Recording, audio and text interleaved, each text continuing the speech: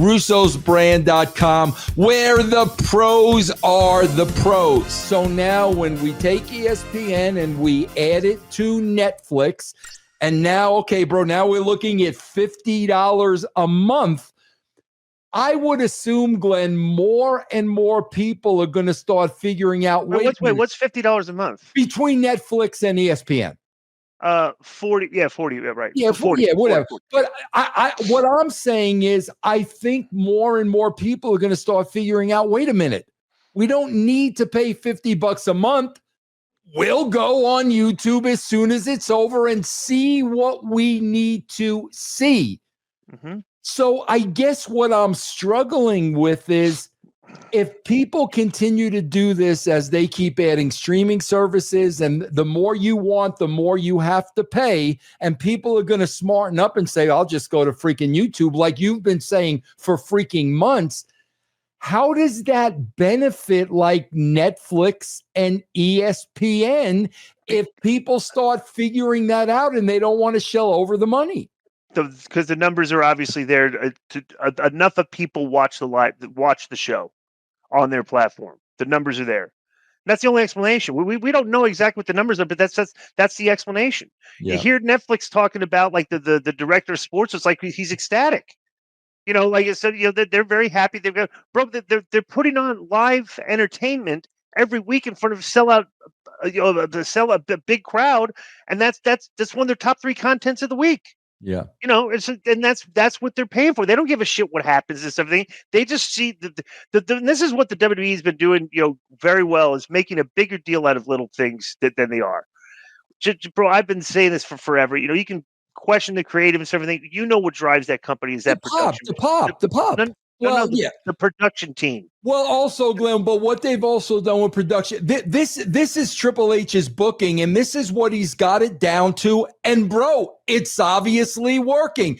Right. Bro, everything is for the pop. The pop. Right, the pop. Right. Rollins cashing in the case. The pop. Lesnar coming the pop. Then they do exactly what you said. Now we're going to take that pop. We're going to put it on social media, and 75 million people.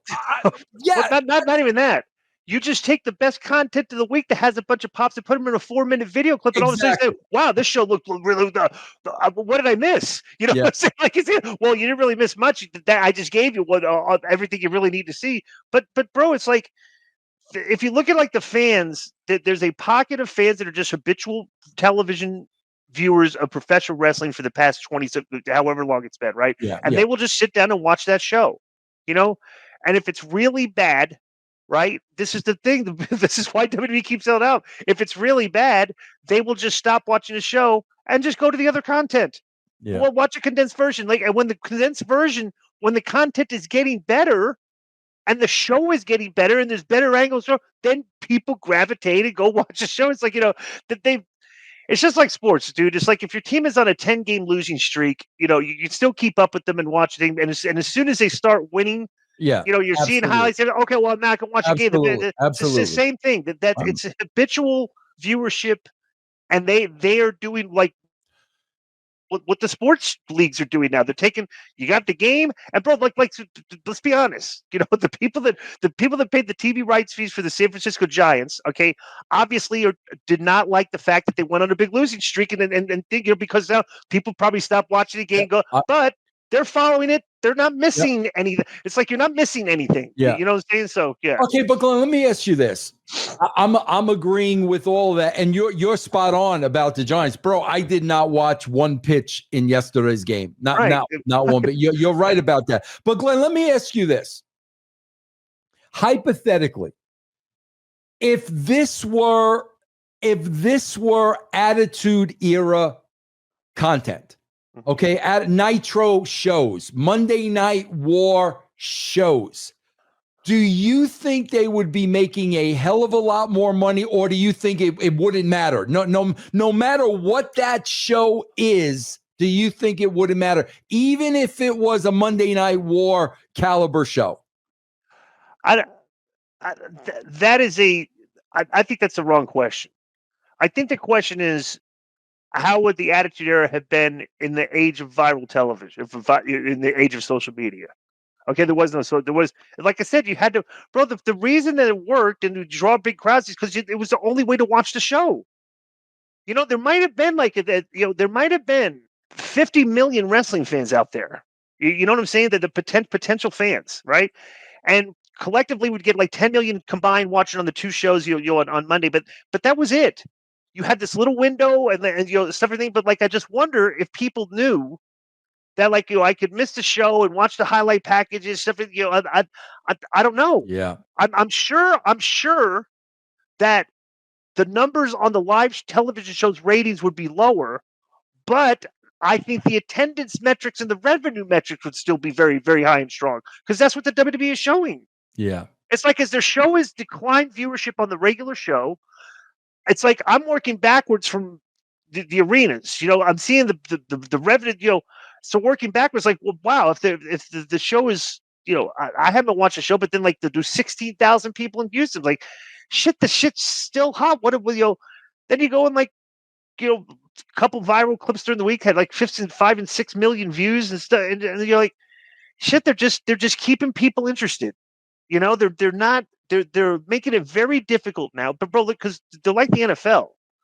It's very difficult to be a consumer of media and leave WWE because now they're on, bro. They're on Peacock. Everywhere. They're It's on Netflix. They're on USA, and now they're on ESPN. And it's like you're going, how do you it's like they figured it out. They spent a shit ton of money.